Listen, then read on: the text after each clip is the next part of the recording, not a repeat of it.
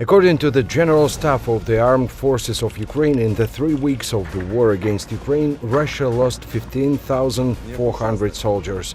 The number of wounded is about 3 times higher. At the same time, the armed forces of the Federation, according to rough estimates, have already lost more than 3,500 units of equipment.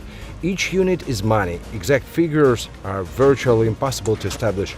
However, we can roughly estimate the cost of equipment lost by Russia in Ukraine.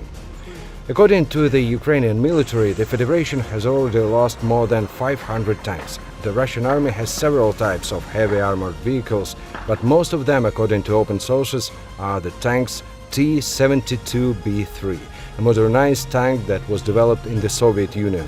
Its price was originally about $600,000.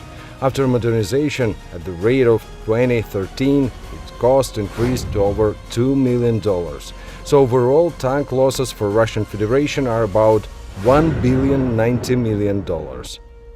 During Russian invasion of Ukraine, the occupiers have repeatedly used new generation Ka-52 helicopters in combat. They are also called alligators and cost approximately $16 million apiece. A total of 123 Kremlin helicopters are already on the account of the armed forces. Of course, not all of them are Ka-52.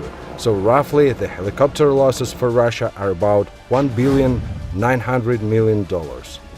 After the open aggression of the Kremlin, Ukraine has repeatedly appealed to NATO countries to close the sky, provide planes or effective air defense weapons.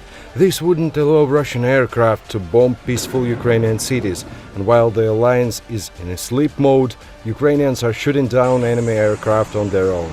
99 successful shots. Among them, in particular, Su-30 and Su-34. The average cost of each one is about $33 million, so it turns out that Russia lost about $3 billion. In addition to aviation, the Kremlin also uses missiles against Ukrainians. According to the US Pentagon, Russia has already fired more than 1,000 missiles. Among them were the Caliber cruise missiles that the Kremlin is so proud of. It costs about $6.5 million. And if we assume that every fourth missile fired by Russians in Ukraine was a Caliber, their launches cost the Kremlin at least $1,700 million. If we add up the cost of tanks, combat armored vehicles, planes, helicopters lost by Russia in Ukraine, we get the approximate amount of about $8,400 million.